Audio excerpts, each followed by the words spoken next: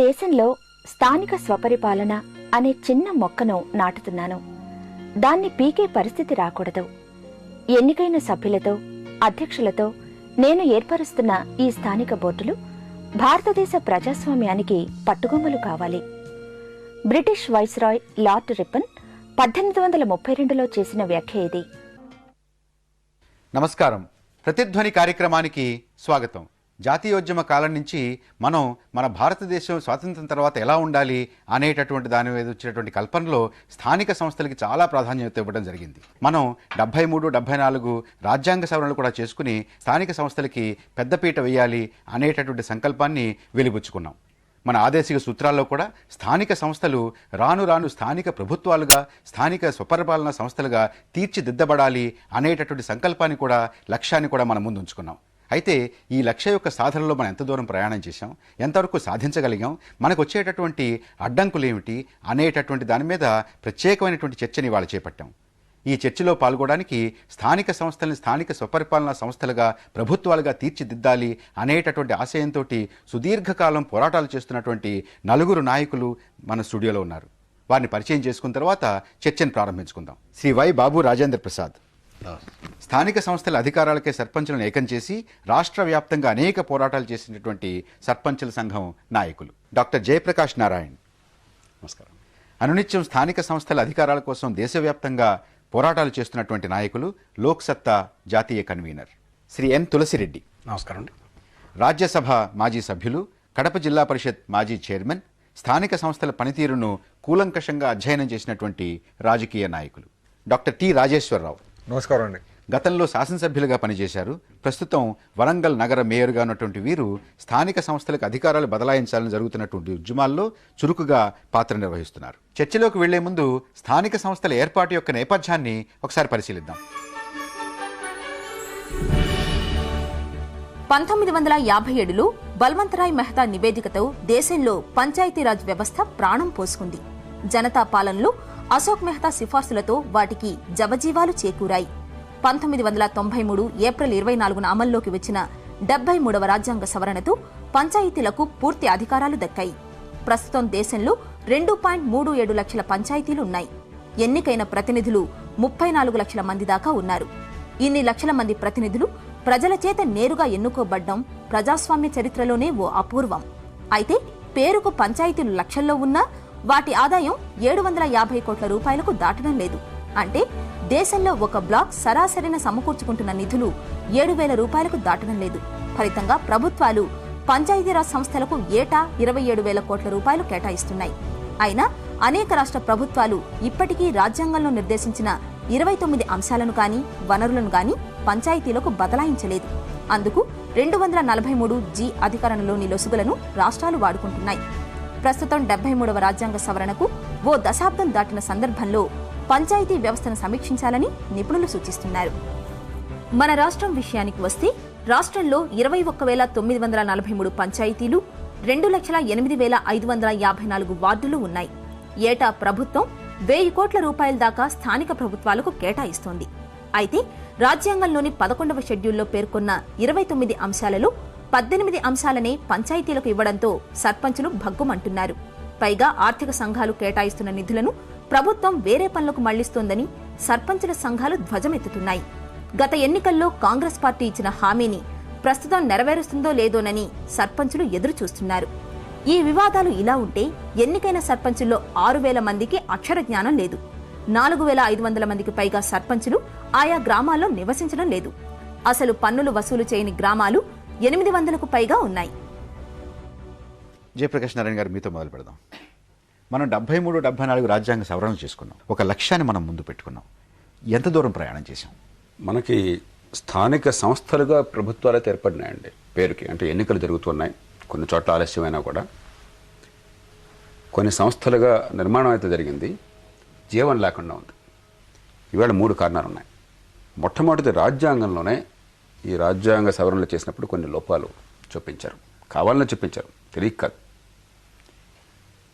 American రాజ్యాంగం మొత్తం ఆ రాజ్యాంగ నిర్మాణం నాడు 4,400 పదాలతో ఉన్నది.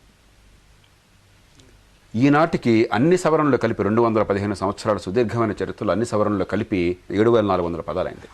ఈ 73-74 సవరణలు మాత్రమే భారత రాజ్యాంగంలో 7,700 పదాలు. అంటే మొత్తం ఈనాటి అమెరికన్ రాజ్యాంగం కంటే 300 పదాలు పెంచి ఈ సంస్థల నిర్మాణం ఎట్లా ఉండాలి, స్థానిక ప్రభుత్వాలు ఏ రకంగా నిర్మాణం చేయాలి, ఏ స్థాయిలో ఏ ఉండాలి, ఎన్నికలు జరగాలి, ఈ మొత్తం అన్నీ కూడా ఇక్కడ ఒక్క అక్షరం ఒక్క కామా కూడా మార్పు అవకాశం లేకుండా రాష్ట్ర రాజధానుల్లో కానీ రాష్ట్రాల్లో కానీ ఢిల్లీలో నిర్ణయం చేశారు. అది మొట్టమొదటి లోపం వల్ల. రెండోది, మరి రాష్ట్రంలో ప్రభుత్వాలన్నింటి కూడా చిత్తశుద్ధితో చేయాలి కదా. జాతీయ స్థాయిలో రాష్ట్రంలో కూడా చాలా గట్టిగా హామీలు ఇచ్చారు, గట్టి చేస్తా ఉన్నారు. ఎందుకు చేయలేకపోతున్నారు అంటే అన్ని రాష్ట్రాల్లో కూడా ఇవాళ ఉన్నది ఎమ్మెల్యేల రాజ్యం. కోట్లు ఖర్చు పెట్టి పరిపాలనలోకి వచ్చాక మళ్ళీ కోట్లు దండుకోవడం. 73-74 రాజ్యాంగ సవరణలు చేసుకున్న తర్వాత చెప్పుకోదగినటువంటి ప్రగతి ఈ దిశగా ఈ లక్ష్యం వైపు రాలేదు, మనకి రాలేదు. రాజేంద్ర ప్రసాద్ గారు పంచాయతీ నడిపేటప్పుడు, జిల్లా పరిషత్ పనితీరు చూసేటప్పుడు మీకేమనిపించింది? ఈ 73-74 రాజ్యాంగ సవరణ చట్టాల్లో జయప్రకాష్ గారు చెప్పినట్లు ఓ పద ఆడంబరం కనబడుతుంది తప్పితే ఆచరణలోకి వచ్చేపాటికి క్రియాశీలత్వం అనేది కనపడట్లేదండి. దానికి కారణం చాలా అధికారాలు ఇచ్చేసాం, నిధులు విధులు ఇచ్చేసాం అని మొత్తం రాసుకొచ్చి చివరిలో ఇవి ఇస్తే ఇవ్వచ్చు లేకపోతే లేదు. అంటే ఆ 73వ రాజ్యాంగ సవరణ చట్టంలో మేబీ అనే ఒక అవకాశాన్ని రాష్ట్ర ప్రభుత్వాలకు ఇచ్చిందండి సెంట్రల్ గవర్నమెంట్ ఆ రోజు ఆ రాజ్యాంగ సవరణ చట్టంలో. కనుక ఆ మేబీ అనేది తీసేసి షెల్ బీ అనేది పెడితే అంటే ఖచ్చితంగా ఇవ్వాలి, ఇచ్చి తీరాలి అనేది కనుక అందుట్లో ఆ మార్పు చేస్తే అది ఆ 73-74 రాజ్యాంగ సవరణ చట్టాలు ఏ స్ఫూర్తితో అయితే చేశారో అది నెరవేరుతుందని చెప్పి. మీరు జిల్లా పరిషత్ అధ్యక్షులుగా పనిచేశారు, మీ అనుభవం ఏమిటి? ఆర్టికల్ 243Gలో అవి ఇన్స్టిట్యూషన్స్ ఆఫ్ సెల్ఫ్ గవర్నమెంట్ అని చెప్పిన దానికి అవి సెల్ఫ్ గవర్నమెంట్గా ఉండాలంటే 3 Fs ఫంక్షన్స్, ఫైనాన్స్, ఫంక్షనరీస్, ఈ 3 ఉంటే తప్ప చేయలేవు. కాబట్టి ఫంక్షన్స్కి సంబంధించి రూరల్ బాడీకి సంబంధించి 11 షెడ్యూల్ 29 ఐటమ్స్ ఇచ్చినప్పుడు వాటికి సంబంధించిన ఫైనాన్స్ ఇప్పుడు స్టేట్ బడ్జెట్ ఇచ్చినట్టు దానికి ఫైనాన్స్ ఉన్నప్పుడు, తర్వాత ఫంక్షనరీస్ ఏ విధంగా చీఫ్ మినిస్టర్కు, చీఫ్ సెక్రటరీకి, డీజీపీకి ఆ రిలేషన్స్ ఉంటాయో అటువంటి రిలేషన్స్ జిల్లా పరిషత్ చైర్మన్కు, సీఈఓకు, డిపిఓకు, ఇంజనీర్స్కు అలాగే మిగతా చోట్ల ఉన్నప్పుడు ఈ 3 మీద ఉన్నప్పుడు మాత్రమే ఆ సెల్ఫ్ గవర్నమెంట్కి అవకాశం ఉంటుంది. కానీ ప్రస్తుతం వచ్చేసి వారు చెప్పినట్లు ఆ 243Gలో సెల్ఫ్ గవర్నమెంట్ అన్నారు, కానీ ఆడ మే అనేది ఒకటి పెట్టడం వలన రాష్ట్ర ప్రభుత్వాలు మందినే కాదు జనరల్గా ఆల్మోస్ట్ చాలా రాష్ట్ర ప్రభుత్వాలు దాన్ని అవకాశంగా తీసుకొని ఆ యొక్క ఫంక్షన్స్ ఇవ్వకపోవడము, అవి ఇచ్చినా కానీ కేవలం సలహాలు, సూచనలు, సమీక్షలకే పరిమితం కావడం. మిమ్మల్ని ఎన్నుకున్నటువంటి ప్రజల యొక్క ఆకాంక్షల్ని మీరు ఎన్నుకబడిన తర్వాత మీరు తీర్చేటటువంటి పరిస్థితుల్లో లేరు. మీరు 90% తీర్చే పరిస్థితుల్లో లేరు. గ్రామ ప్రాంతాల్లో 100 చేయాల్సిన అవసరం ఉంటే 10 వారన్నట్టుగా, అది నా దృష్టిలో సరైన అంచనాది. పట్టణ ప్రాంతాల్లో బహుశా 20 కావచ్చు, ఎందుకంటే పట్టణాల్లో ఉన్న ప్రత్యేక పరిస్థితి వల్ల. ఆ 80 వీళ్ళ చేతిలో లేదు పట్టణాల్లో, గ్రామాల్లో 90 వీళ్ళ చేతిలో లేవు. డాక్టర్ రాజేశ్వర గారు, పట్టణాల్లో ఉన్నటువంటి స్థానిక సంస్థల యొక్క పరిస్థితి? 2 అంశాలండి. ఒకటేమో మున్సిపాలిటీస్కి కానీ కార్పొరేషన్లకు కానీ అధికారాల బదలాయింపు. రెండోది, అసలు అధికారాలు స్థానికంగా ఎన్నుకోబడ్డ ప్రజాప్రతినిధులకు ఉండాలన్నా లేకపోతే అధికారులే ఆ అధికారాలు వాళ్ళ చేతిలో ఉంచుకుంటారా? 2 అంశాలు. అసలు ఒకటేమో స్థానిక సంస్థలకి, మున్సిపాలిటీస్కు 74 రాజ్యాంగ సవరణ ప్రకారంగా మున్సిపాలిటీస్కి, కార్పొరేషన్స్కి దఖలు చేయాల్సిన అంశాలు చేయలేదు. దానికి తోడు అసలు ఎన్నికైన ప్రజాప్రతినిధులకు ఏ మాత్రం దాంట్లో గౌరవం లేదండి. కార్పొరేషన్ చట్టం ప్రకారంగా ఇంత లావు, నేను మొన్న పోయినసారి తీసుకొచ్చినాను, ఇంత లావు బుక్. ఆ బుక్లో మేయర్ అనే ఒక వ్యక్తికి సంబంధించిన, పదవికి సంబంధించిన అంశం ఒక పేరాగ్రాఫ్లో 4 సెంటెన్స్లు అండి. మిగిలినంతా కూడా కమిషనర్. అంటే నేనేంటంటే, ఒకటి, మాకు వరంగల్కి ఒక అర్బన్ సెంటర్ మంజూరు అయిందండి. దానికి స్థలం కావాలన్నారు. మేము స్థలం ఇస్తామన్నాం. మేము స్థలం ఇస్తామని చెప్పి కౌన్సిల్ తీర్మానం చేసి ప్రభుత్వానికి పంపించాలి. ఒక స్కూల్కి నిధులు మంజూరైనాయి, ఆ స్కూల్కు కార్పొరేషన్ స్థలం ఇస్తామంటే మేము స్థలం ఇస్తామని తీర్మానం చేసి గవర్నమెంట్కి పంపించాలి. ఒక change of nature, land use nature మారితే అది దాని కొరకు ఆ ఫైలు హైదరాబాద్కి రావాలి. అసలు మరి కార్పొరేషన్ ఎందుకు, అర్బన్ డెవలప్మెంట్ అథారిటీ ఎందుకు, ఏం చేయడానికి? లేకపోతే అసలు ఏమిటి దీనికి కారణం ఏమిటి? ప్రజల చేతుల్లో అధికారం పెట్టడం అని చెప్పి అనేది ఒక రకంగా దేశభక్తి లాంటిది, తల్లి ప్రేమ లాంటిది. ఎవరన్నా కూడా తల్లిని ప్రేమిస్తావా గౌరవిస్తావా అని చెప్పంటే గౌరవించడం అనేవాడు ఎవడు ఉండడు ప్రపంచంలో. దేశభక్తి నీకుందా అని చెప్పంటే దావూద్ ఇబ్రాహిం తీసుకొచ్చినా కూడా వాడు బాంబేని గురించి కన్నీడు కారుస్తాట, దేశభక్తి ఉందని చెప్పారు. కాబట్టి ఇది కాదని ఎవరు అనలేరు కాబట్టి అంటుంటారు. చట్టం స్పష్టంగా చేయమని ఆదేశం చేయలేదు కాబట్టి ఎంత వెళ్ళితే అంత తప్పించుకుంటున్నాం. ఎందుకు తప్పించుకుంటున్నాం అంటే ప్రస్తుతం మన పంచాయత్ శాఖ మంత్రి గారే దివాకర్ రెడ్డి గారే ఒకప్పుడు మరి సమితి ప్రెసిడెంట్గా చేశారు. వారి తండ్రి గారు జిల్లా పరిషత్ అధ్యక్షుడిగా చేశారు. విజయభాస్కర్ రెడ్డి గారు జిల్లా పరిషత్ అధ్యక్షుడిగా చేశారు. ఎందరో ముఖ్యమంత్రులు గతంలో జిల్లా పరిషత్కి చేశారు, లేకపోతే మున్సిపాలిటీలో చేశారు. కానీ రాష్ట్రంలో ఒకసారి మీకు అధికారం వచ్చిన తర్వాత ఏమవుతుందంటే ఎమ్మెల్యేల మాట చెల్లుబడి కాకపోయినట్టయితే ఆ ప్రభుత్వం నిలవదు. ఎమ్మెల్యేలు కోట్లు ఖర్చు పెట్టి గెలుస్తున్నారు. మనం చాలా పచ్చిగా మాట్లాడు, కోట్లు ఖర్చు పెట్టి గెలుస్తున్నారు. మన రాష్ట్రంలో 1-2 కోట్లు అవుతుంది. అయిన తర్వాత ప్రతి పని కూడా 29 అధికారాలు కూడా స్థానిక ప్రభుత్వాలకు కట్టపెట్టేసినట్టయితే ఎమ్మెల్యే గారి బాధ ఏమిటంటే ఇంకా నా చేతుల్లో ఏముంది. ఎమ్మెల్యే చట్టం చేయడం కోసం చెప్పని వాళ్ళు ఎన్నిక కావట్లేదండి. చట్టం కోసం అయితే కోట్లు ఖర్చు పెట్టక్కర్లా, స్థానికంగా రాజ్యాధికారం చలాయించడం కోసం చెప్పి ఎన్నికవుతున్నాడు ఆయన. అక్కడ శివరాజ్యం లేదే చెమ కూడా కొట్టదన్నట్టుగా ప్రతి పని కూడా ఆయన చేతుల మీద జరగాలి. ట్రాన్స్ఫర్లు, పోస్టింగ్లు, ప్రతి అధికారి ప్రతి ఉద్యోగి. ఇందాక చెప్పారు మనకి మేయర్ గారు, ఒక మున్సిపల్ కమిషనర్ని కానీ మరొకరిని కానీ ఎవరు నియమించాలని చెప్పన్నా కూడా మేయర్కి ఏమాత్రం ప్రమేయం లేదు. మేయర్కి అధికారం ఏమాత్రం లేదు. నేను గుంటూరు వెళితే అక్కడ సభలో ఉంటే అక్కడ మేయర్ గారు కమిషనర్ గారు ఆ సభలో ఉన్నారు. పాపం మేయర్ గారు మాట్లాడుతూ 10 సార్లు కమిషనర్ గారిని కోరుతున్నాను, కమిషనర్ గారిని అభ్యర్థిస్తున్నాను, కమిషనర్ గారు ఇలా చేస్తే బాగుంటుందని 10 సార్లు అని అన్నాడు పాపం ఉపన్యాసంలో. నాకు చాలా బాధ అనిపించింది. అలా ఎందుకు పెట్టామంటే నిజంగా ఎన్నికైన వాళ్ళ చేతుల్లోకి అధికారం వచ్చేసినట్టయితే ఎమ్మెల్యేలకి ఈ రాజ్యాధికారం పోతుంది. రాజేంద్ర ప్రసాద్ మీకు అలా అనిపించిందా? వాళ్ళు అడ్డం పడుతున్నారా? 100% అడ్డుపడుతున్నారండి. కారణం కూడా ఏంటంటేనండి, ఎమ్మెల్యేలు ఎంపీలు వీళ్ళు రాజ్యాంగాన్ని విధి విధానాలను రూపొందించేవాళ్ళండి. కానీ మా సర్పంచులు కానివ్వండి, ఎంపీటీసీలు ఎంపీపీలు వీళ్ళంతా ఏమిటంటే ప్రజలకు కావాల్సిన మౌలికమైన ప్రాథమిక సౌకర్యాలు మేము కల్పిస్తూ ఉంటామండి. అక్కడ త్రాగునీరు కానివ్వండి, డ్రైన్లు, రోడ్లు, తెల్లారు లేచిన కాడి నుంచి ప్రజలకు ఏమేమి అవసరం అవన్నీ మేము కల్పిస్తూ ఉంటాం. అవన్నీ కూడా మాకు తగిన నిధులు విధులు ఉండి పూర్తి స్థాయిలో కనుక మేము ప్రజలకు అవి సమకూర్చితే రేపు రాబోయే ఎన్నికల్లో ఆ ఎమ్మెల్యేలకు పోటీగా మేము వస్తామండి, మా స్థానిక ప్రభుత్వాల నుంచి మా ప్రజాప్రతినిధులు.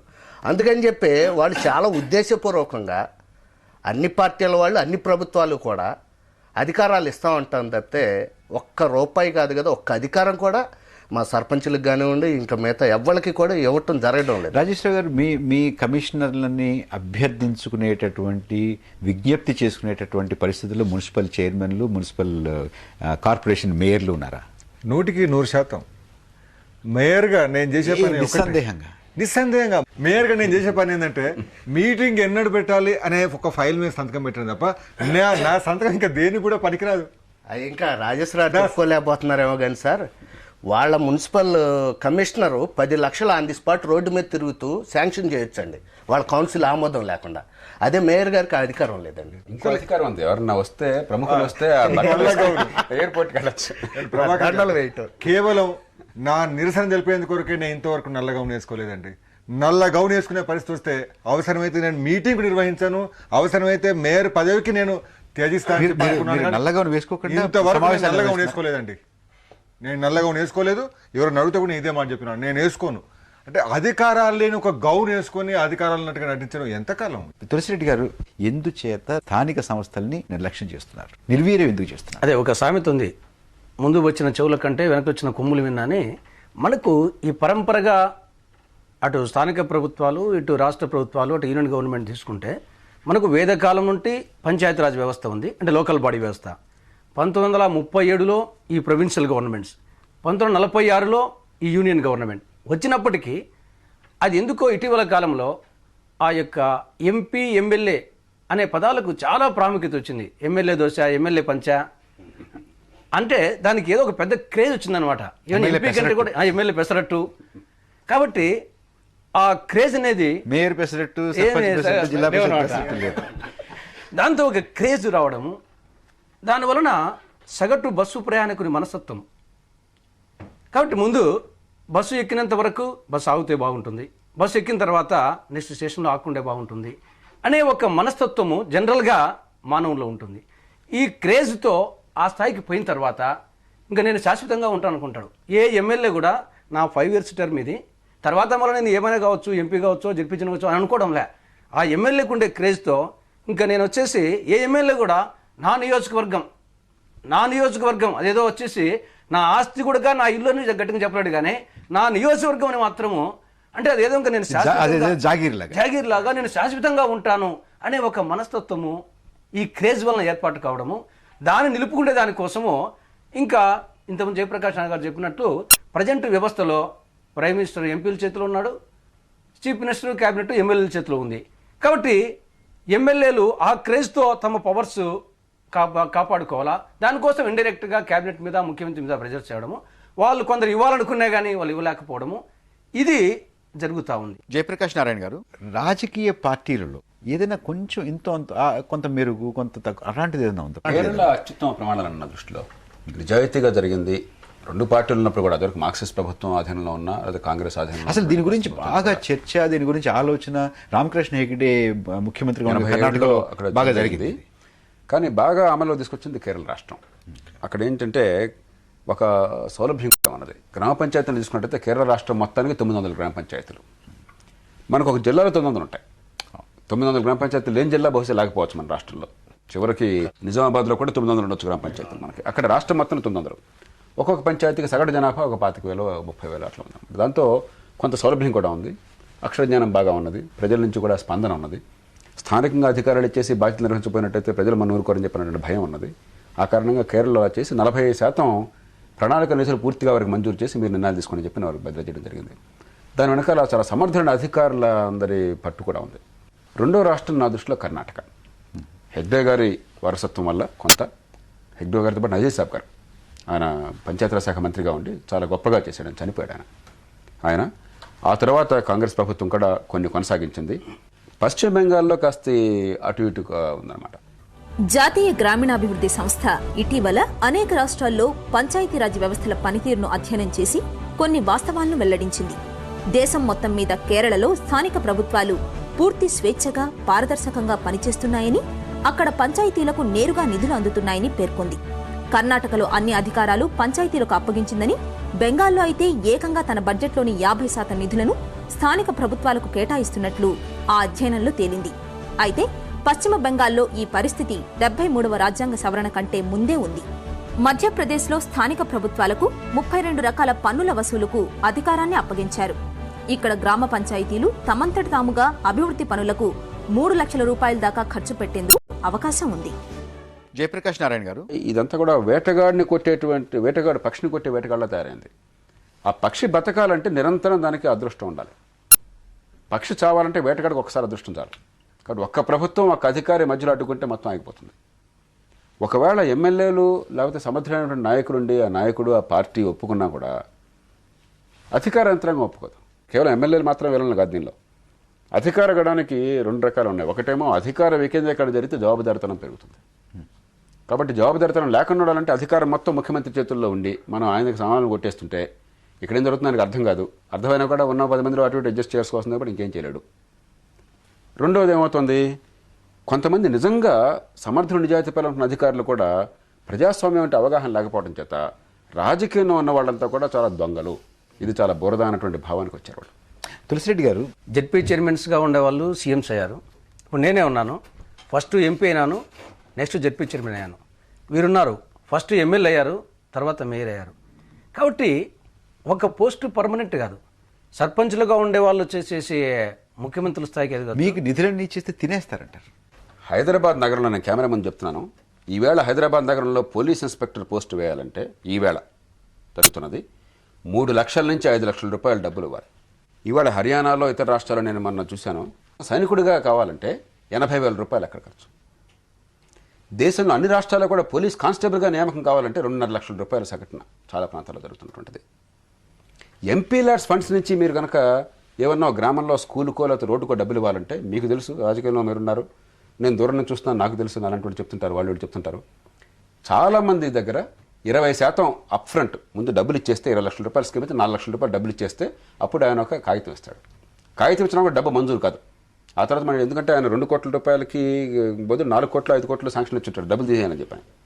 5 కోట్లు డబ్బులు లేవు, ఆలస్యం అవుతుంది. మళ్ళీ శాంక్షన్లో మళ్ళీ ఆలస్యాలు, మనం ప్రెషర్ పెట్టాలి దానికోసం చెప్పాను. ఇలా జరుగుతున్నటువంటి దేశంలో హైదరాబాద్లో ఢిల్లీలో కోట్ల రూపాయలు తిని పారేస్తుంటే వాళ్ళెవరో తింటున్నారు కాబట్టి అధికారాలు బదిలీ చెప్పడం చాలా పొరపాటు. అధికార వికేంద్రీకరణ అవినీతి పోవడానికి ఒక మార్గం అది. అంత మాత్రం చేత నేను జిల్లాల్లోనో మండలాల్లోనో గ్రామాల్లోనో మున్సిపాలిటీ ఉన్న వాళ్ళంతా గొప్పవాళ్ళు, వాళ్ళంతా తప్పులు చేయరని చెప్పిన అంటారు. అక్కడ తప్పులు జరుగుతాయి. జవాబుదారిత కోసం ఏర్పాట్లు చేయండి. స్థానికంగా ఉన్న ప్రజల చేతిలో అధికారం పెడితే తప్పు జరిగితే మా డబ్బు ఆయన తినేస్తున్నాడని చెప్పి చొక్కా పట్టుకుంటారు. రాజేంద్ర ప్రసాద్ గారు, ఇప్పుడు ముఖ్యమంత్రిగా ఉన్నటువంటి రాజశేఖర రెడ్డి గారు ఎన్నికల ముందు నేను స్థానిక సంస్థలకి అధికారాలను నేను వచ్చిన వెంటనే ముఖ్యమంత్రిని అయితే మా కాంగ్రెస్ ప్రభుత్వం వస్తే తప్పకుండా బదిలీ చేస్తాను అనేటువంటి వాగ్దానం చేయడం జరిగింది. మీరందరూ కూడా వారి దగ్గరికి సామూహికంగా వెళ్ళి వారి మీద ఒత్తిడి తీసుకురావడం జరిగింది, విజ్ఞాపన ఇవ్వడం జరిగింది. 8 నెలలు దాదాపుగా గడిచింది. ఏం జరిగింది? ఏమీ జరగలేదండి. వాస్తవానికి ఆ రోజున ఎలక్షన్ ముందు వీళ్ళు జిల్లాలో మీటింగులు పెట్టి మేము అనేక అధికారాలు నిధులు విధులు ఇచ్చేస్తామని చెప్పారండి. అలాగే అధికారంలోకి రాగానే మా కాంగ్రెస్ ప్రభుత్వం మొదటి సంతకం ఈ స్థానిక సంస్థలకు అధికారాలు ఇస్తూ సంతకం పెడతామన్నారండి. కానీ 8 నెలలు గడిచిపోయిందండి. ఈ రోజు వరకు ఏం జరగలేదండి. ఇప్పటికి చాలాసార్లు ముఖ్యమంత్రి గారిని, పంచాయతీరాజ్ మినిస్టర్ గారిని కలిసాం.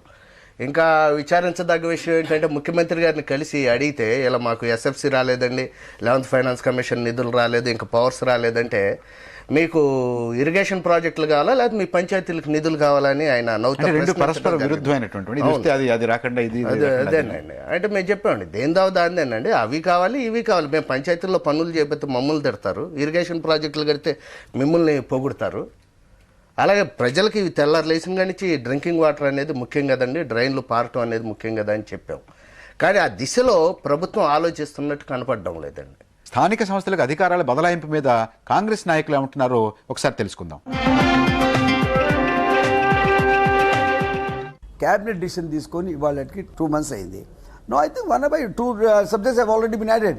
So like that slowly it's going. ఇవాళ స్టేట్ ఫైనాన్స్ కమిషన్ వచ్చింది, అది పంచాయతీరాజ్ ఫైనాన్సెస్ గురించి చూస్తుంది. Chairman has been appointed. నా full fledged commission has come. ఆ commission will look into the devolution of funds. So all these things cannot be done magic wand కాదు, దాని electricity light వేయడంతో bulb వచ్చేసేటట్టు.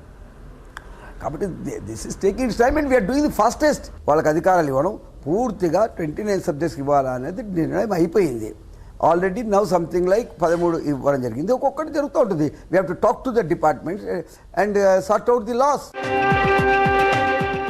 పూర్తిగా అధికారాలను బదలాయించడానికి కేవలం మాటలతోనే కాకుండా దానికి తగినటువంటి వాతావరణాన్ని కూడా క్రియేట్ చేయాలి. అందుకోసం ఈ నెల 4వ తారీఖున ఈ గ్రామ పంచాయతీ సర్పంచులందరితో కూడా మీటింగ్ పెట్టడం జరిగింది. ఆ సందర్భంగా వాళ్ళు చెప్పడం జరిగింది, అగ్రికల్చర్ సబ్జెక్టు పూర్తిగా మీకు బదలాయిస్తాము, ఫిషరీస్ విషయంలో మీకు బదలాయింపులు ఉంటాయి, మీకు అధికారాలు ఉంటాయి, అనిమల్ హస్బెండరీ వాటిలో మీకు అధికారాలు ఉంటాయి. అట్లాగే ఆ పంచాయతీ పరిధిలో ఉన్నటువంటి విద్యా సంస్థలు, హాస్పిటల్స్ పైన కూడా వాళ్ళకు పూర్తి అధికారాలు ఇవ్వటం జరుగుతుంది. వారికి ఆర్థిక వనరులు కూడా వాళ్ళు పెంపొందించుకోవటానికి అవకాశం కలగజేయాలా, చేసిన తర్వాతనే అధికారాలు బదలాయింపు అనేది జరిగితే ఉపయోగకరంగా ఉంటుంది తప్ప డబ్బులు లేకుండా నీకు ఏదో చేసామని చెప్పడం వల్ల లాభం లేదన్నటువంటి ఉద్దేశంతోనే మొన్ననే వాళ్ళని పిలిపించి వాళ్ళకి చేయటం జరిగింది. ఈ మధ్యకాలంలో కేబినెట్ సబ్ కమిటీ కూడా రిపోర్ట్ ఇవ్వడం జరిగింది. దాంట్లో భాగంగానే డిస్ట్రిక్ట్ ప్లానింగ్ బోర్డ్స్ కూడా తొందరలోనే రానున్నాయి. దానికి జిల్లా పరిషత్ చైర్మన్గా ప్లాన్ డాక్యుమెంట్ కూడా తయారు చేసే అధికారాలు కూడా వాళ్ళకే ఇవ్వడం జరుగుతూ ఉన్నది. ఎమ్మెల్యేలు ఎక్కువ జోక్యం చేసుకుంటున్నారు అనే సమస్య ఉండదు. ఎందుకంటే జిల్లా పరిషత్తులలో ఎమ్మెల్యేలకు ఓటింగ్ రైట్ కూడా లేదు. చేత కాకపోతే పెత్తనం చెల్లిస్తారు. నాయకుడు అనే వారికి నడిపించే కెపాసిటీ కూడా ఉండాలి. వారికి ఎంతైతే అధికారాలు ఉంటాయో మేయర్కే కానీ, చైర్పర్సన్కే కానీ, లేదా జిల్లా పరిషత్ చైర్మన్కే కానీ ఆ అధికారాన్ని సరి అయిన రీతిలో ఉపయోగించుకునే ఇది ఉండాలి. అధికారాలకు మించి, వారికి ఉన్న రైట్స్కు మించి ఏ అధికారికి కూడా స్థానిక సంస్థల్లో కానీ ఇంకా దేంట్లోనైనా కానీ తలదూర్చే అవకాశం ఉండకూడదు. బదిలీ చేస్తారంటే బదిలీ అయినాయి, జరుగుతున్నాయి. మేమేమి ఇప్పుడు అది ఉంది, నోడల్ వ్యవస్థ ఉంది, దాన్ని రద్దు చేసాం. నోడల్ వ్యవస్థను మేము ఇంప్లిమెంట్ చేయట్లా. వారికి 73, 74 షెడ్యూల్ ప్రకారం వారికి కావలసినటువంటి అధికారాలను ఇవ్వాలనేటువంటి ఉద్దేశం ప్రభుత్వానికి ఉంది.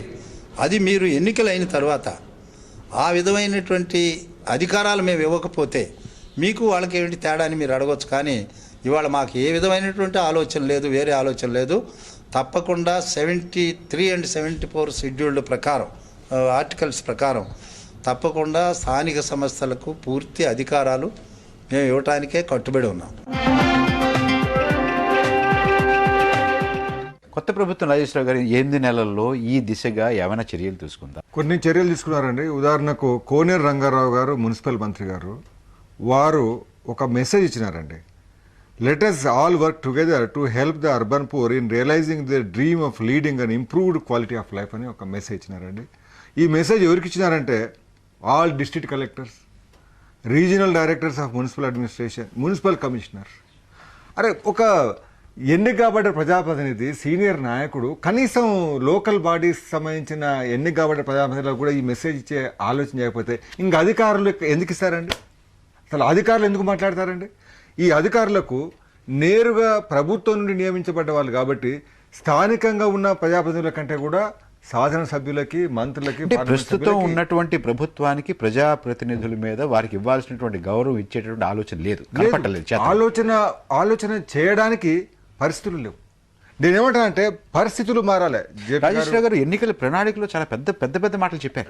అవన్నీ కూడా కేవలం ప్రణాళికల వరకే, కాగితాల వరకే. ఆల్ పార్టీస్ అవన్నీ కూడా కేవలం ఎన్నికల్లో ప్రచారంలో చేసినటువంటి ఉపన్యాసాలు ప్రతి సమావేశంలోనూ కూడా స్థానిక సంస్థలకి అధికారాలు, వికేంద్రీకరణ, బదిలీ గురించి మాట్లాడారు. అది కేవలం ఆ ఎన్నికల కొరకు మాత్రమే, ఎన్నికల అంశంగా ఉండే కొరకే మాత్రం తప్ప దాన్ని అమలు చేసే పరిస్థితి లేదు.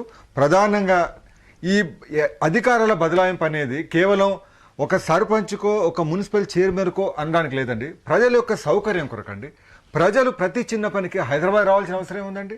ఢిల్లీకి పోవడం ఏందండి? అసలు ప్రజలు హైదరాబాద్కు, ఢిల్లీకి పోకుండా మనం ఏం చేస్తామనే విషయం మీద ఆలోచించగలం. కానీ వరంగల్లో ఉన్న వాళ్ళు, స్థానిక సంస్థలకి వరంగల్లో ఉన్న వ్యక్తి అసలు ఎంత వీలైతంత వరంగల్లోనే సమస్య పరిష్కారం చేసుకోవాలి. అన్ని విషయాల్లో కూడా హైదరాబాద్కు విధి లేని పరిస్థితిలో రావాలి. ఇవాళ అనేక అభివృద్ధి చెందిన దేశాలు కానివ్వండి, చెందుతున్న దేశాల్లో కానివ్వండి, వికేంద్రీకరణ ఎంత జరుగుతూ ఉందంటే అసలు కొంతమంది వాళ్ళ జీవిత కాలంలో దేశ రాజధాని, రాష్ట్ర రాజధాని పోవాల్సిన అవసరం లేని పరిస్థితులు ఉన్నాయండి. కానీ రివర్స్. ప్రస్తుతం కాంగ్రెస్ ప్రభుత్వానికి స్థానిక సంస్థల అధికారాల బదలాయింపు మీద చిత్తశుద్ధి కనపట్టలేదా? నేను సేకరించిన సమాచారం మేరకు ఒక 2-3 monthsలో 8 నెలల్లో అది మనం ఊహించిన దానికంటే కూడా ఎక్కువగా వచ్చేసి విప్లవాత్మకమైన మార్పులు రాబోతున్నాయి. ఒక 10-15 daysలో మొత్తం స్థానిక ప్రభుత్వాల ప్రతినిధులను అటు కేరళ, కర్ణాటక, వెస్ట్ బెంగాల్ అధికారాలు, విధులు, అధికారుల్ని బదలాయించడంలో ఏదైనా అర్థవంతమైనటువంటి చర్యలు ప్రభుత్వం సమావేశాలు కాదు. ఫైనాన్స్ నిధులు ఇవ్వడానికి కేరళ వెళ్ళి అడిగి రావడం, స్టేట్ ఫైనాన్స్ కమిషన్ నిధులు పంచాయతీలకు ఇవ్వడానికి కర్ణాటక వెళ్ళి అడిగి ఇవ్వడం, అటువంటి కొంచెం ఏమైనా ఉండొచ్చు. కానీ ఓవరాల్ గా గవర్నమెంట్ దృక్పథం ఏమంటే ఒక 10 daysలో ఈ 3 స్టేట్స్లో బాగుందని అభిప్రాయం ఉంది. కేరళ, కర్ణాటక, వెస్ట్ బెంగాల్ నేర్చుకుంటారు. ఇప్పుడు వెళ్ళి అక్కడ ఏం చేయాలి, ఇక్కడ వీళ్ళే పోయి, ఈ ప్రతినిధులు పోయి అక్కడ స్టడీ చేసేసి ఈ అంశాలు 29 అంశాల్లో 18 అంశాల్లో ఏ టైర్కు ఏ విధంగా ఇచ్చారు అని దాని మీద మీరు అధ్యయనం చేసి నేర్చుకుని వచ్చి మన దగ్గర అమలు చేసేటువంటి ఆలోచన ప్రస్తుత ప్రభుత్వం చేస్తోందని తులసిరెడ్డి గారు అంటారు. అది చేయడంతో పాటు వచ్చే బడ్జెట్లో మినిమం 30% బడ్జెట్ వచ్చేసి లోకల్ బాడీస్, స్థానిక ప్రభుత్వాలు కేటాయించని చెప్పేసి నిర్ణయం తీసుకోవడం జరిగింది. ఇప్పుడు ఇక్కడ ఒకటి, ఈ గ్రామ పంచాయతీలు చాలా చోట్ల వైబుల్గా లేవు. 30,000 జనాభా ఉండే పంచాయతీలు కొన్ని ఉన్నాయి, 300 జనాభా ఉండే పంచాయతీలు కొన్ని ఉన్నాయి. దానికి కొంచెం వైబుల్గా 4,000 నుండి 6,000 మధ్య కొంత వైబుల్గా పంచాయతీలను చేసి ఇవన్నీ మొత్తము 29 అంశాలను, అక్కడ 18 అంశాలను ఖచ్చితంగా ఇవ్వాలి. దాంట్లో ఎలాంటి ఇంకా డిలే చేయకూడదు. దాంట్లో ఎలాంటి ఇంకా సూచనలు, సలహాలు, సమీక్షలు కాదు, చిత్తశుద్ధ ఇవ్వాలనే అభిప్రాయం వచ్చేసి అటు ముఖ్యమంత్రి గారికి, అటు పంచాయతీరాజ్ శాఖ మంత్రులకు, రాష్ట్ర ప్రభుత్వానికి టోటల్గా ఉంది. జయప్రకాష్ నారాయణ గారు ఏమనిపిస్తుంది? ఇప్పుడు ఈ ప్రభుత్వం 8 నెలల్లో ఈ ప్రభుత్వం ఆ రకమైన శకునాలు ఏమైనా కనబడ్డాయా? ఈ ప్రభుత్వం వచ్చినప్పుడు చాలా మంది ఆశించారు కేంద్రీకరణ నుంచి వికేంద్రీకరించిన ప్రభుత్వం వస్తుంది. చంద్రబాబు గారిలో అధికార కేంద్రీకరణ మరీ ఎక్కువైపోయింది, స్థానిక ప్రభుత్వాన్ని చిన్నచూపు చూశారని చెప్పిన భావం అందరికీ ఉంది రాష్ట్రంలో. ఆయన పార్టీలోనే ఉంది, బయట ఉంది. కాంగ్రెస్ పార్టీ వస్తే స్థానిక ప్రభుత్వాలకు కట్టుబడి ఉంటారు, 74 సవరణ చేశారని చెప్పి నమ్మారు చాలామంది. కానీ వాస్తవానికి ఇప్పటిదాకా ఫలితాలు రాలా. అయితే ఇంకా నేను విశ్వసిస్తున్నాను తులసిరెడ్డి గారు చెప్పినట్టుగా ఒకటి వాళ్ళు చేసినంత వరకు ఏమిటంటే బహిరంగ చెప్పింది, కనీసం ఒక నిర్ణయాన్ని ప్రకటించింది ఏమిటంటే జిల్లా ప్రణాళిక మండలికి అధ్యక్షుడిగా జిల్లా పరిషత్ అధ్యక్షుడిని పెడుతూ ఆ ప్రణాళిక మండలిని రాజ్యాంగంలో నిర్దేశించిన ప్రకారం ఏర్పాటు చేయడం కోసం నిర్ణయం కూడా తీసుకున్నారు. అది మినహాయిస్తే రెడ్డి గారు చెప్పినట్టు ఏదైనా ప్రయత్నం జరిగి అది నిజంగా అమలు జరిగితే మాకంటే సంతోషించేవాళ్ళు లేరు. కానీ ఈ రోజున మున్సిపాలిటీల పొజిషన్ చూస్తుంటే రేపు మార్చితో వాళ్ళ టర్మ్ కంప్లీట్ అవుతుందండి. అయిన తర్వాత రాఫ్ట్ అని చెప్పి అధికారులతో కలెక్టర్లతో స్పెషల్ ఆఫీసర్లను పెట్టి నోడల్ ఆఫీసర్లని జన్మభూమిని తిట్టినటువంటి ఇదే కాంగ్రెస్ పార్టీ కాంగ్రెస్ ప్రభుత్వం రాఫ్ట్ అని పెట్టి అధికారులు స్పెషల్ ఆఫీసర్లను పెట్టి వరల్డ్ బ్యాంక్ నుంచి వస్తున్న 1250 కోట్ల రూపాయలని ఈ రాష్ట్రంలో ఉన్న 110 మున్సిపాలిటీల్లో అధికారులతో ఖర్చు పెట్టిస్తున్నారండి. మున్సిపల్ చైర్మన్లు ఇళ్లకు పంపించేసి అక్కడ ఎన్నికలు జరపట్ల, ఎన్నికైన ప్రజాప్రతినిధుల ద్వారా ఖర్చు పెట్టట్లా. ఇది ఏం సూచిస్తుందండి? ఈ ప్రజాస్వామ్య వ్యవస్థలో ఎన్నికైన ప్రజాప్రతినిధులే అత్యున్నతంగా ఉండాలి. ఇది కొంచెం రాజకీయాలకు అతీతంగా మనం చూడకపోయినట్టయితే కాంగ్రెస్ టీడీపీ అనుకుంటే ఫలితాలు రా మనకి. ఏమవుతుందంటే ప్రభుత్వం ఇప్పుడు కొత్త ప్రభుత్వం వచ్చింది, వికేంద్రీకరణ జరిగేటటువంటి ఆశలు రేకెత్తింది. అందుకని చెప్తాను అది ఎంతవరకు ఆ దిశలో మనం ప్రస్తుతం మంత్రి గారిని అడిగితే ఆయన చెప్తానంటే వారం క్రితం నాకు కూడా ఈ మాట చెప్పారు, 3 నెలలు మాకు సమయం ఇవ్వండి అని చాలా విశ్వాసంగా చెప్పారు. నిజంగా నిజాయితీగా చేస్తాను జయప్రకాష్ గారు, మార్చి కల్లా మీరు ఊహించిన దానికంటే ఎక్కువ జరుగుతుంది నమ్మండి అని చెప్పన్నారు. సరే, ఇంతకాలం ఆగిన వాళ్ళు 3 నెలలు ఆగడం కొంపని పోతున్న ఉద్దేశంతో మనం ఆగుదాం, పెద్ద ఇదే లేదు. ఎందుకంటే ఇవన్నీ మౌలికమైనటువంటి వ్యవస్థాగత మార్పులు కాబట్టి ఒక 2 రోజులు జరగలేదని భయపడాల్సిన అవసరం లేదు. ఆ దిశగా మనం నడిస్తే చాలు. కాబట్టి నాకు విశ్వాసం ఉన్నది, ఈ పార్టీగా నా పార్టీ కానీ తెలుగుదేశం ప్రభుత్వం కూడా ఇచ్చేవారని నమ్మకం నాకు ఉన్నది. కాబట్టి ప్రజల నుంచి స్పందన వచ్చినప్పుడు ఇది తప్ప అవసరం లేదన్నప్పుడు. ఎందుకంటే రాజకీయ పార్టీ 2 విషయాలను గుర్తించాలి, గుర్తిస్తున్నాయని నేను నమ్ముతున్నాను. నక్సలిజం ఎందుకు వస్తుంది? ఇన్ని చర్చలు జరుపుకుంటున్నాం మనం. ఇందాక రాజేశ్వర గారు మంచి ప్రశ్న అడిగారు. అసలు వరంగల్లోనే పనులు అయిపోయేట్టయితే, ములుగులోనే పనులు అయిపోయేట్టయితే, పాకాల్లోనే పనులు అయిపోయేట్టయితే నక్సలిజం ఎందుకు వస్తుందండి? అసలు ప్రతి చిన్న పనికి బోర్డంత వేధించడం, ఇక్కడ జరగాల్సిన అక్కడ దాకా వెళ్ళటం, అక్కడ జరగాల్సిన 10 దాకా వెళ్ళడం జరిగేసరికి ఆ ఆర్తి నుంచి హింస పుడుతుంది ఏదో రూపంలో. అది మంచి చెడు పక్కన పెట్టేద్దాం. ప్రాంతీయవాదం ఎందుకు వస్తుంది? అసలు వరంగల్ జిల్లాలోనే నిధులన్నీ ఖర్చు పెట్టేసేటైతే ఆ నిర్ణయాలన్నీ ఆ స్థానిక ప్రజలకు ఉంటే రాష్ట్రాలు ఎన్ని ఉంటే ఎవరికి కావాలండి? రాజధాని ఎక్కడ ఉంటే ఎవరికి కావాలండి? హైదరాబాద్ ప్రాముఖ్యత ఎందుకున్నారు అసలు? అంచేత రాజకీయంగా కూడా ఈ పార్టీలు కేంద్రీకరణ వల్ల బాధ్యత నెత్తి మీద వేసుకుని ఎవరికి ఎక్కడ అన్యాయం జరిగినా కూడా దాన్ని పూర్తిగా ముఖ్యమంత్రి బాధ్యుడు, ఈ పార్టీ బాధ్యత వహించాలి, ప్రభుత్వం బాధ్యత వహించాలని చెప్పంటారు. ఎన్నికలు వచ్చినప్పుడు ఓడగొట్టేస్తున్నారు. అది వాళ్ళు అర్థం చేసుకున్నట్టయితే అధికారాలు బదిలీ చేస్తే మీ అధికారం గౌరవం పెరుగుతాయి కానీ తగ్గవు. జాతీయ స్థాయి నుంచి ఇటీవల కాలంలో ఎమ్మెల్యే ప్రచారానికి వెళ్ళినప్పుడు మా వీధులు రోడ్డు సరిగా లేదని చెప్పేటువంటి అవసరం ఉండకూడదు. ఎగ్జాక్ట్లీ. ఇప్పుడు అది municipal commission, municipal chairman, sarpanch ఎమ్మెల్యేలు కోరుకుంటున్నారండి. గత 15 చేసే పని కూడా వాళ్ళే చేయాలని, రోడ్లు వేస్తాం, డ్రైన్లు కట్టిస్తామని చెప్పి. ఎందుకంటే గతంలో వచ్చిన కరువు నిధులన్నీ పంచాయతీలకు వచ్చాయండి, కరువు బియ్యం, కరువు నిధులు. ఇవాళ కొత్త ప్రభుత్వం వచ్చిన తర్వాత ఎమ్మెల్యేలు అందరూ పోట్లాడి ప్రభుత్వంతో ఆ కరువు నిధులు, ఆ కరువు బియ్యం మొత్తం తీసుకుని వాళ్ళు డ్రైన్లు కడుతున్నారండి, వాళ్ళు రోడ్లు వేస్తున్నారండి. ఇప్పుడు గత 15 ఏళ్ళుగా మీరు చూసినట్టయితే జాతీయ స్థాయి నుంచి అధికారాలు రాష్ట్రాలకు ఇప్పుడు వచ్చినాయి. అదొక మన ఫెడరలిజం గురించి బడిన పోరాడాం. ఈ రాష్ట్రంలో తెలుగుదేశం పార్టీ కానీ దేశంలో చాలా మంది కానీ ప్రజాస్వామ్యవాదులు పోరాడారు. ఇప్పుడు నిజంగా ఈ 15 ఏళ్ళలో చాలా నిశ్శబ్దంగా జాతీయ స్థాయి నుంచి అధికారాలు రాష్ట్రాలకు బదిలీ అయిపోయినాయి మనకు కావాల్సినంత వరకు. ఇప్పుడు రాష్ట్రాల మీద జాతీయ స్థాయిలో పెత్తనం అనేది లేదు అసలు. మీరు ఒకరిద్దరు రాజకీయం కోసం వాడచ్చు కానీ నిజానికి అది లేదు. అంత మాత్రం జాతీయ స్థాయిలో అధికారం తగ్గల. కేంద్ర మంత్రి మండలి అధికారాలు, ప్రాభావం, గౌరవం పెరిగా కానీ తగ్గల. ఎందుకంటే వేరే చేయవలసిన ప్రాబ్లం చాలా ఉంది. అలాగే రాష్ట్రం నుంచి జిల్లాలకి, మండలాలకి, మున్సిపాలిటీలకు అధికారం బదిలీ అయితే ముఖ్యమంత్రికి, మంత్రివర్గానికి భయపడాల్సిన అవసరం లేదు. మీరు చేయవలసిన పనులు చాలా ఉన్నాయి, అవి జరగట్లేదు. ఇప్పుడు అసలు ప్రజలకు విశ్వాసం చడలేకపోతుంది. అవి పట్టించుకుని ఇక్కడ అధికారం బదిలీ అయితే అక్కడ వాళ్ళ బాధ్యత వాళ్ళు నిర్వర్తించుకుంటారు. తప్పు చేస్తే మీరు వాళ్ళని దండించవచ్చు. జవాబుదారంతో కోసం ఏర్పాట్లు పెట్టండి. స్థానిక ప్రభుత్వాల యొక్క తీరుతెన్నులు ఎలా ఉన్నాయి అనే అంశం మీద చర్చను చూస్తున్నాం. ఇప్పుడు మన స్టూడియోలోకి మరొక 3 నిపుణులు స్థానిక ప్రభుత్వాల యొక్క నడపడంలో, నిర్వహణలో అపారమైనటువంటి అనుభవం ఉన్నటువంటి వారు వచ్చి చేరారు. వారిని పరిచయం చేసుకున్న తర్వాత చర్చను కొనసాగించుకుందాం. శ్రీమతి డాక్టర్ ముళ్లపూడి రేణుక, తణుకు మున్సిపల్ చైర్పర్సన్గా ఉన్నటువంటి వీరు ఆంధ్రప్రదేశ్ మున్సిపల్ చైర్మన్ ఛాంబర్లో కీలకమైనటువంటి బాధ్యతల్ని నిర్వహిస్తున్నారు.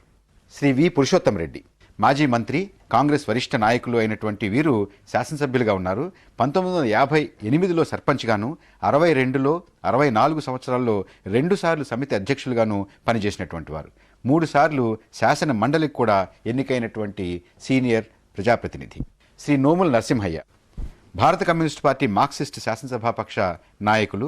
గతంలో 2 పర్యాయాలు మండల పరిషత్ అధ్యక్షులుగా పనిచేసినటువంటి వీరు స్థానిక సంస్థలకు అధికారాలు బదలాయించాలని గట్టిగా కోరుతున్నటువంటి నాయకులు.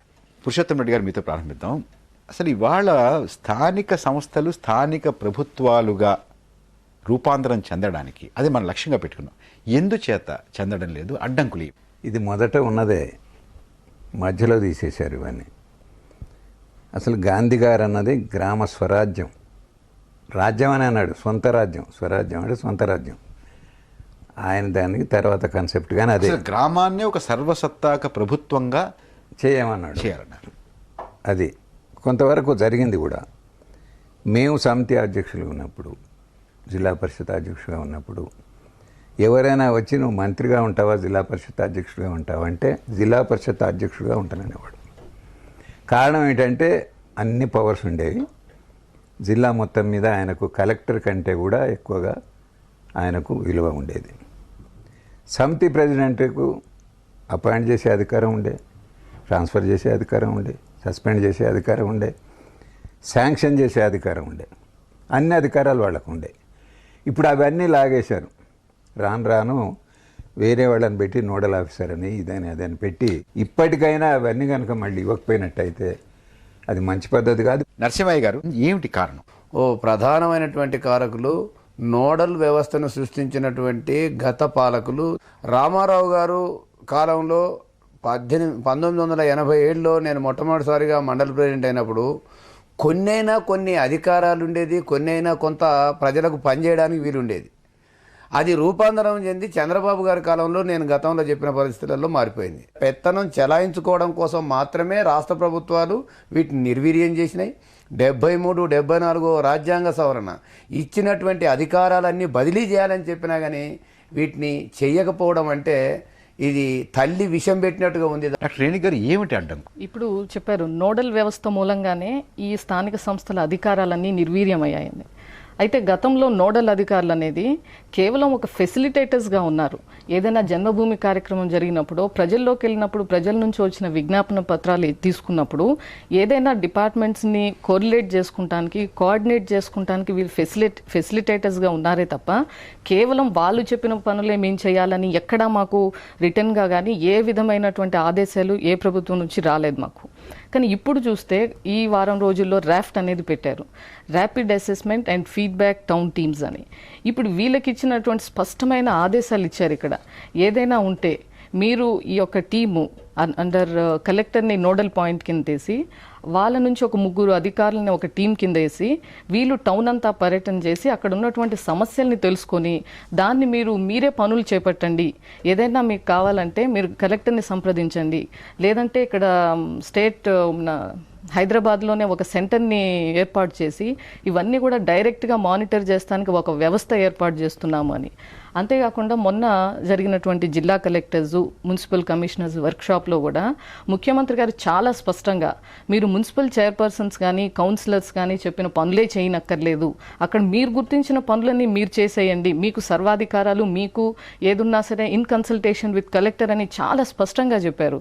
ఇట్లాంటి పరిస్థితి ఒక ముఖ్యమంత్రిగా ఆదేశాలు ఇచ్చిన తర్వాత ఇంకా అక్కడ ఎలెక్ట్ అయినటువంటి కౌన్సిల్స్ కానీ అక్కడ చైర్పర్సన్స్ కానీ రోల్ అవసరం లేనప్పుడు అసలు ఇప్పుడు స్థానిక సంస్థలు ఎన్నికలు పెట్టి కూడా ఇదే పరిస్థితి కొనసాగితే ఇంకా ఎలక్షన్స్ జరపడం ఎందుకు, ఈ కౌన్సిల్స్ ఎందుకు అనేది మాలో అనుమానం కలుగుతూ ఉంది. పురుషోత్తం రెడ్డి గారు, ఎన్నికల ప్రణాళికలో స్థానిక సంస్థలకి అధికారాలు బదలాయిస్తామని చెప్పి కాంగ్రెస్ పార్టీ చాలా స్పష్టంగా చెప్పడం జరిగింది. 8 నెలల్లో అంటే ప్రచారంలో కూడా చాలా పెద్ద ఎత్తున మేము వచ్చిన వెంటనే ఫైల్ మీద సంతకం పెడతామనేటువంటి మాట కూడా చెప్పడం జరిగింది. అధికారంలోకి వచ్చి 8 నెలలు అయింది, అస్సలు ఆ దిశగా కదలలేదు.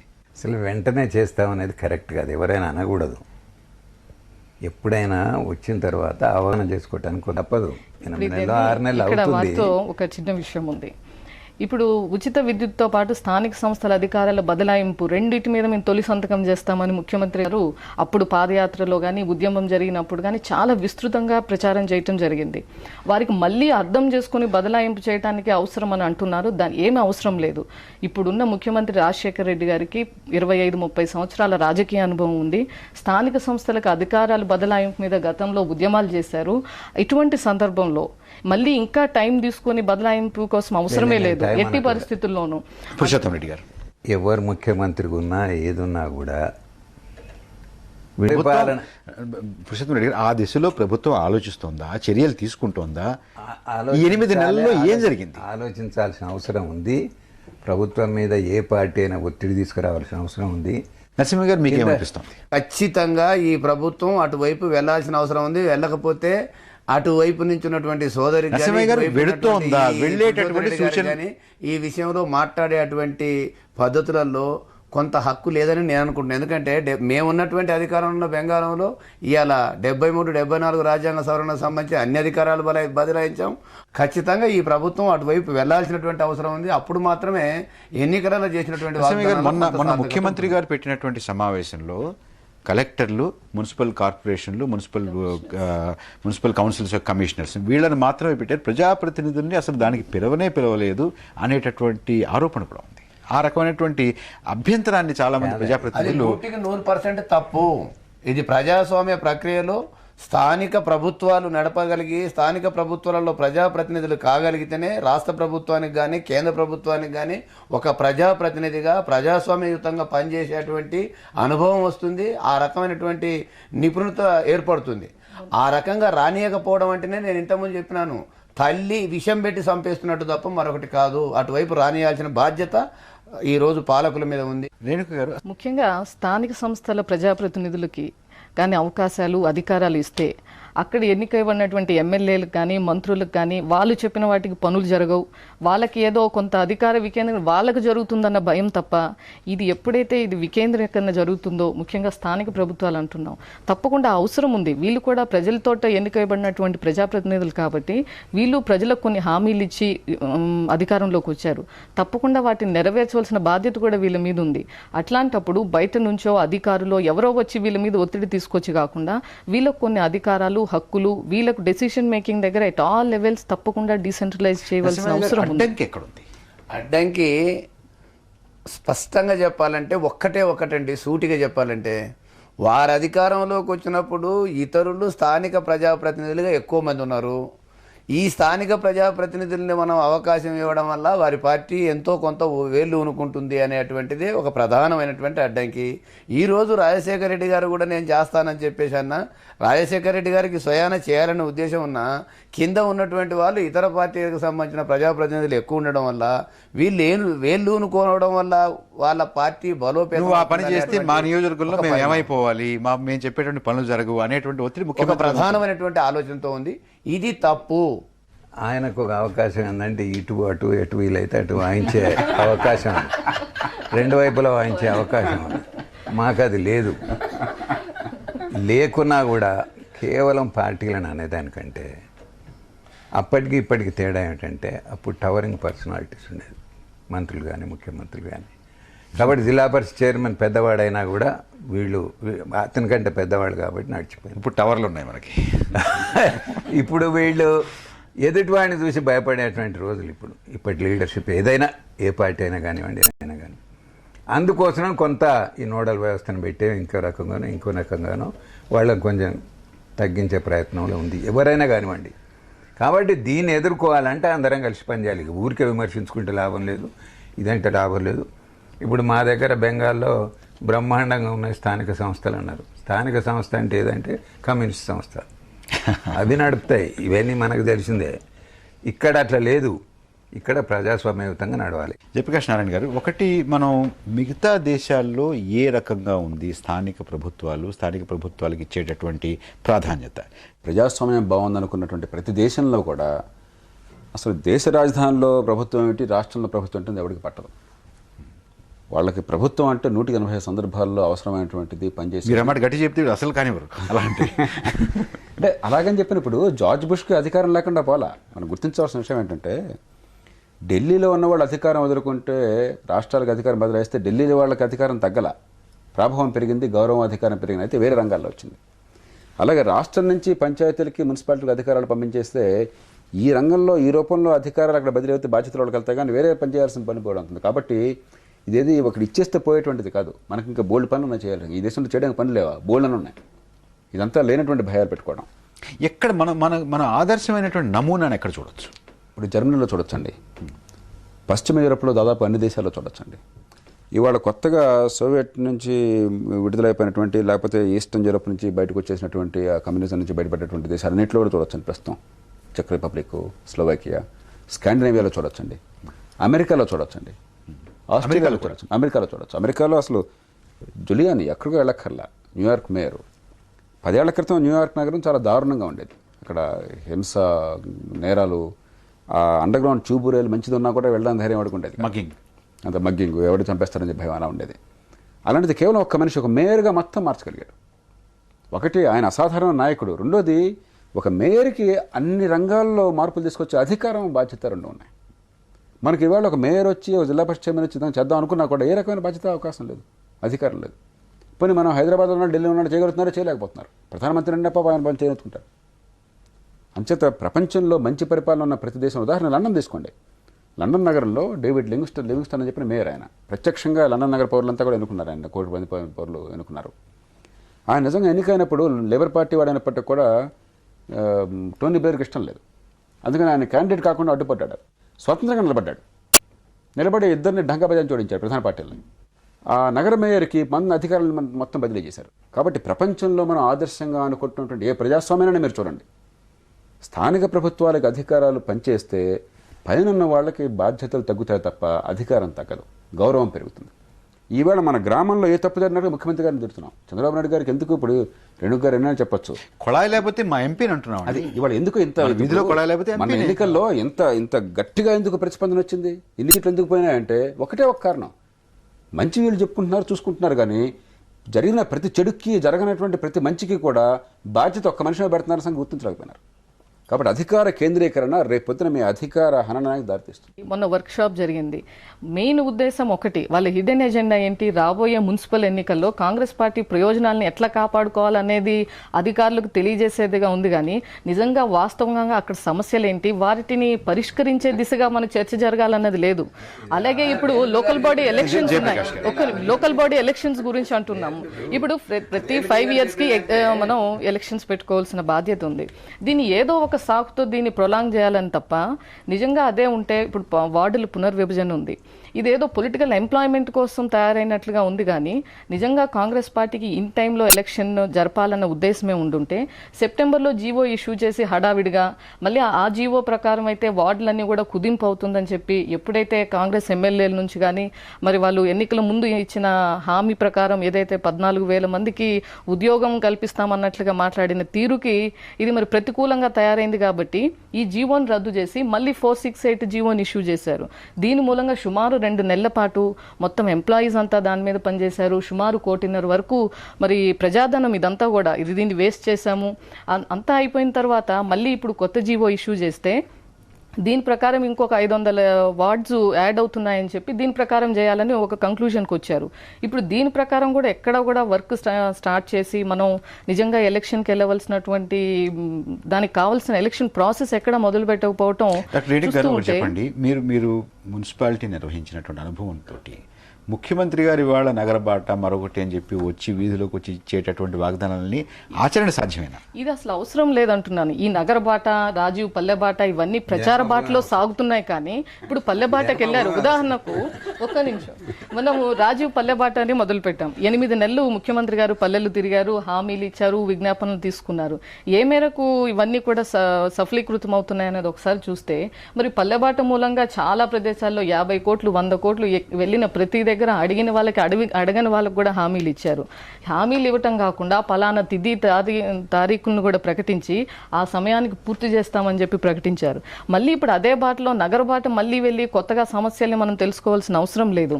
ఆల్రెడీ కౌన్సిల్స్ పనిచేస్తున్నాయి, వీళ్ళకి సమస్యలు ఏంటో తెలుసు. పురుషోత్తం రెడ్డి గారు ఏం చేయాలి? ప్రభుత్వాలదే ఇదంత తప్పు, ఏ ప్రభుత్వందైనా. చంద్రబాబు చేసినప్పుడు ఏ మంత్రికి తెలుసమ్మా? చంద్రబాబు ఎవరన్నా మంత్రిని అడిగాడా? నాకు తెలుసు. అట్లే ముఖ్యమంత్రులలో మార్పు రావాలి. ఫస్ట్ వాస్తవాలను గ్రహించాలి, దానికి అనుగుణంగా నడవాల్సిన అవసరం ఉంది. కొందరు ముఖ్యులను, ఆ విషయంలో పనిచేసే వాళ్లను, చిత్తశుద్ధి ఉన్న వాళ్ళని పిలిపించుకోవాలి, మాట్లాడాలి. ఏమిటా సెక్రటరీని కూర్చోబెట్టుకొని వీళ్ళు కూర్చోబెట్టి మాట్లాడతారు? సెక్రటరీ జయప్రకాష్ నారాయణ గారు, 2 మౌలికమైన సూత్రాలండి. మొట్టమొదటిది, కేరళ నా దృష్టిలో దీనికి ఆదర్శం. బెంగాల్లో అంటే 25 ఏళ్ళు 30 ఏళ్ళ నుంచి ఒకే పార్టీ ప్రభుత్వం ఉంది కాబట్టి అక్కడ పద్ధతి వేరు. కేరళలో ప్రతిసారి కూడా ప్రభుత్వాలు మారుతున్నాయి. ఇద్దరికి మధ్య బోర్డంత రాజకీయమైనటువంటి వైరం ఉంది అక్కడ. అయినప్పటికీ కూడా 2 కూటమిలు కూడా కలిసి వచ్చి ఏకగ్రీవంగా 28 చట్టాలను చేశారు, ఒకటి కాదు. నిజంగా స్థానిక ప్రభుత్వాలకు అధికారాలను దఖలుపరచాలని చెప్పంటే, బాధ్యతలు ఇవ్వాలంటే ఏదో ఒక చట్టం చేస్తే అయిపోయేది కాదు. ఎన్నో చట్టాల్లో కలెక్టర్ మరొకటి రకాలు పెట్టి అందరూ కూడా పెట్టాం. ఆ గీజ్బీజ్ అంతా కూడా వదిలేసేయాలి. లోతుకి వెళ్ళి అధ్యయనం చేసి ఎక్కడెక్కడ ఏ మార్పులు లేదో ఆలోచించాలి. కేరళలో అలాంటి ప్రయత్నం 28 చట్టాలని కూడా ఏకగ్రీవంగా శాసనసభ ఆమోదించింది. కాబట్టి ముందు రాజకీయ పార్టీలలో ఒక ఏకాభిప్రాయం, శాసనసభలో చిత్తశుద్ధి, ఏకాభిప్రాయం. వాళ్ళని వీళ్ళు వెళ్ళినాడు తిట్టుకోవడానికి వేదిక ఉపయోగించకూడదు. ఇది ఒక మౌలికమైనటువంటి, ఏ రకంగా అయితే బ్రిటిష్ వాడి నుంచి మన దేశంలో ఉన్న వాళ్ళకి ఎన్నికైన ప్రభుత్వాలకు అధికారం రావడం పెద్ద ఉద్యమం, ఒక విప్లవం, అలాంటిదే మళ్ళీ ఈ ప్రజల చేత అధికారం పెట్టడం కూడా అలాంటి విప్లవమే. ఈ ప్రజలు నిజంగా తుది అధికారం ఉన్న వాళ్ళన్న సంగతి స్పృహ కావాలండి. ఆ రకమైన సంకల్పం లేకుండా రాజకీయ పాచికల్లో భాగంగా ఏదో చేస్తామని చెప్పంటే మా అధికారులందరికీ తెలిసి దీన్ని ఎలాగా ఓడగొట్టారో. మీరు ఏం చేస్తామన్నా కూడా కింద నాడు వారికి చిత్సుద్రం తెలియగానే వీటి టకటక ఏదో మధ్యలో వచ్చిన అక్షరం పెడితే అయిపోతుంది, ఒక్క కలంపోటుతోటి. రెండవది, నిర్దిష్టమైన పెద్ద కష్టం కానిటువంటి పనులు ఉన్నాయి. ఇప్పుడు ఏదైనా కూడా మనం ఎన్ని విప్లవాలు అనుకున్నా కూడా అది జరగవలసింది కొన్ని స్పష్టమైనటువంటి స్టెప్స్ ద్వారా. జిల్లా బడ్జెట్లు పెట్టండి. గతంలో వారికి పెద్దల పురుషోత్తమ గారికి తెలుసు, ఈ ప్రాంతీయ బోర్డు ఉన్నప్పుడు మన రాష్ట్రంలోనే తెలంగాణ ప్రాంతీయ బోర్డు ఇవన్నీ ఉన్నప్పుడు ప్రతి జిల్లాకి జిల్లా వారి బడ్జెట్ కేటాయింపులు శాసనసభలో చూపెట్టారు శాఖాపరంగా. ఇది సాంకేతికమైన అంశం చూడడానికి. కానీ ఎప్పుడైతే జిల్లాకి మీరు కేటాయింపు చూపెట్టారో ప్రతి అంశం కింద కూడా ఆ కేటాయింపు చేసిన తర్వాత ఆ జిల్లా పరిషత్కి, జిల్లా ప్రణాళిక మండలికి ఈ కేటాయింపు లోపల వినియోగించే అధికారం మీకున్నది. అదే శాఖలో ఈ పొద్దు నుంచి ఆ పొద్దు కావాలంటే మార్చుకునే అవకాశం ఉంది. కొన్ని నిబంధనలు పెడతాం కావాలంటే. ఉదాహరణకి క్యాపిటల్ అకౌంట్, పెట్టుబడి నుంచి మనం రెవెన్యూ ఖర్చు పెట్టకూడదు. లేకపోతే ఏంటంటే ఉన్న డబ్బంతా కూడా ఊడ్చేస్తారు. రెవెన్యూ నుంచి పెట్టుబడికి మార్చవచ్చు. ఇలాంటి కొన్ని నిబంధనలు మనం పెట్టచ్చు బాధ్యత ఉండేట్టుగా. ఆ ఒక చిన్న సాంకేతికమైన మార్పు తీసుకొచ్చినట్టయితే, ఇది కేవలం అధికారులు కూర్చుని బడ్జెట్ తయారు చేయడం అన్నమాట, చేసి ఒక ఆదేశం ఇస్తే అసలు పరిస్థితి చాలా వరకు మారిపోతుంది. రెండవది, ఈ కేరళలో చేసినట్టుగా ఈ గ్రాంట్లు, ప్రణాళిక గ్రాంట్లలో 30% 40% నిర్నిబంధంగా, ఇక ఏమి వేరే ఉండవు. మొత్తం మీద కొన్ని నిబంధనలు ఉంటాయి తప్ప ఇది ఇలాగ ఖర్చు పెట్టాలని చెప్పి మేమేం చెప్పాం. మీ అవసరాలు బట్టి మీరు నిర్ణయం చేసుకోండి. రాష్ట్ర ప్రభుత్వంకి ఎట్లాగైతే అధికారాలు ఉన్నాయో మీకు కూడా అధికారాలు ఉన్నాయి, మీరు చేసుకోండి చెప్పని కొంత శాతాన్ని ఇవ్వండి. తప్పులు జరిగితే మనం తర్వాత చూద్దాం, వాళ్ళని పట్టుకుందాం. మూడవది, పంచాయతీలను పునర్వ్యవస్థిస్తూ వస్తామని చెప్పంటున్నారు. నా దృష్టిలో చాలా మంచి ఆలోచన ఇది. పెద్ద పంచాయతీలు లేకపోయినట్టయితే, అదే 60,000 కనీసం గ్రామ పంచాయతీ లేకపోయినట్టయితే ఈ గ్రామ కార్యదర్శులు రెవెన్యూ ఫంక్షన్స్ వెళ్ళడం మిగతా అనేది సాధ్యం కాదు. తెలుగుదేశం పార్టీ మంచి ఆలోచన చేసింది, మంచి ప్రయత్నం మొదలెట్టింది. గ్రామ కార్యదర్శి రెవెన్యూ శాఖకు వెళ్ళాలని చెప్పి, గ్రామ ప్రభుత్వం అని చెప్పి, గ్రామ సచివాలయం అని చెప్పని. అయితే ఎందుకని విఫలం ఏంటంటే, ఒకటేమో ఉద్యోగులు గందరగోళాలు, రెండోది 300-500 పంచాయతీ అని చెప్పంటే ఏం చేస్తారు మీరు? ఎంత చేద్దాం అంటున్నా కూడా అర్థం లేదు కదా. కాబట్టి ఇప్పుడు కాంగ్రెస్ ప్రభుత్వం ఏదైతే అనుకుంటుందో అది పూర్తిగా చేసి అక్కడ 2 పార్టీలు కలిసి వచ్చి మళ్ళీ వీళ్ళు చేస్తున్నారు కాబట్టి వీళ్ళు అడ్డు పెట్టాలని చెప్పి ప్రయత్నం చేయకుండా వీరు మొదలెట్టినటువంటి గ్రామ సచివాలయాన్ని వీరు పూర్తి చేసినట్టయితే ఇద్దరికి ఖ్యాతి ఉంటుంది, వారి పంచాయతీల పునర్వ్యవస్థ సాధ్యమవుతుంది. అప్పుడు రెవెన్యూ ఫంక్షన్స్ ఇచ్చేయచ్చు. నాలుగవది, 29 అంశాలు ఉన్నాయి, 29 ఇవ్వకండి మీరు, 10 అంశాలు మీరు అనుకోండి. ఆ 10 అంశాల్లో పూర్తి బాధ్యతల్ని ఆ సిబ్బంది మీద అజమాయిషన్ ఇచ్చేయండి. ఈ 10లో బాగా చేస్తారంటే మిగతా 15 చేద్దాం, తర్వాత 20 చేద్దాం. 29 ఒక్కరోజు అని చెప్పంటే ఉపయోగం లేదు. ఆ 10 మొదలెట్టండి. ఐదవది, జిల్లా ప్రణాళిక మండలి ఇప్పటికే ప్రభుత్వం నిర్ణయం ప్రకటించింది, అది కొనసాగించండి. ఆ రోజు వార్డు కమిటీలు, ప్రతి వార్డుకి కమిటీని ఏర్పాటు చేసి 10 వార్డులు కలిపి కాకుండా ఆ వార్డు కమిటీ చేతిలోనే అధికారం బాధ్యత పెట్టేసి అక్కడ స్ట్రీట్ లైటింగు, అక్కడ రోడ్లు అన్నీ చూస్తున్నారనుకోండి, జనానికి కూడా అంత నమ్మకం ఏర్పడుతుంది, వాళ్ళ పైన వాళ్ళు చూసుకోగలరు. ఆ ఏర్పాటు చేయండి. అన్నింటినీ పెంచి అధికారాలు బదలాయించింది మాత్రం చేత అక్కడ తప్పులు జరగని కాదు. ఖచ్చితంగా పంచాయతీల్లో, మున్సిపాలిటీల్లో కూడా శాసనసభలో జరిగినట్టు, సచివాలయంలో జరిగినట్టు తప్పులు జరుగుతాయి. తప్పులు జరిగితే చూస్తూ ఊరుకోమని మనం ఎవరో అంటల్లా. కాబట్టి ప్రభుత్వం పక్షపాత రహితమైనటువంటిది, మా పార్టీ వాడైతే వాడిని ఊరుకుంటాం, వేరే పార్టీ వాడితే కొట్టేస్తామని కాకుండా పక్షపాత రహితమైనటువంటి స్వతంత్ర ప్రతిపత్తిగా సంస్థను ఏర్పాటు చేయండి. తప్పు చేస్తే దండించి పదవులు తీసి ఏర్పాటు చేయండి, ఉద్యోగాన్ని, అదే నాయకుడు కానీ. ఈ 7 ఏర్పాట్లు చేసినట్టయితే ఒక ప్రాతిపదిక ఏర్పడుతుంది నా దృష్టిలో. అసాధ్యమేం కాదండి. ఒక జిల్లా అనేది మన దేశంలో ప్రపంచంలో 80 దేశాల కంటే పెద్దది. మన రాష్ట్రంలో అతి చిన్న జిల్లా బహుశా నిజామాబాద్ ఉంటుంది. అంతకన్నా చిన్న దేశాలు కూడా ఉన్నాయి. నిజామాబాద్ కంటే న్యూజిలాండ్ చిన్నది. న్యూజిలాండ్ గురించి మనం మాట్లాడుకుంటాం, క్రికెట్ టీం ఇంకోటిని.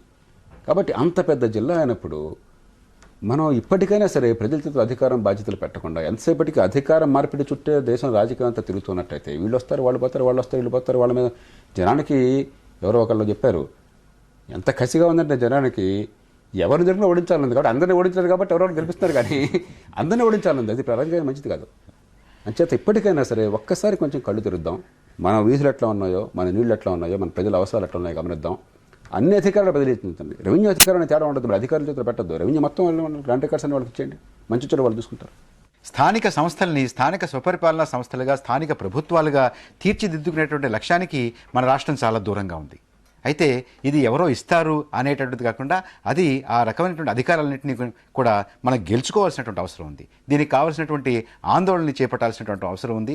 రాజకీయ పార్టీల యొక్క సంకుచితమైనటువంటి ఆలోచనలకి అతీతంగా స్థానిక స్వపరిపాలనను సాధించుకోవాలి అనేటటువంటి ఉద్యమాన్ని చేపట్టాల్సినటువంటి అవసరం ఉంది. అలాగే మన రాజ్యాంగ సౌధ శిల్ప వాస్తుని కూడా ఒకసారి పరిశీలించి దానిలో ఏదైనా మార్పులు తీసుకురావాలా అనేటటువంటి పెద్ద ఆలోచన కూడా చేయాల్సినటువంటి అవసరం ఉంది. అప్పుడే మన ఆదేశిక సూత్రాల్లో మనం తలపెట్టినటువంటి స్థానిక ప్రభుత్వాన్ని మనం సాధించుకునేటటువంటి అవకాశం ఉంటుంది. ఈ చర్చని ఇంతటితో ముగిద్దాం. రేపు మరొక ముఖ్యమైనటువంటి అంశం మీద చర్చతోటి ప్రతిధ్వని కార్యక్రమం మీ ముందుకు వస్తుంది. నమస్కారం.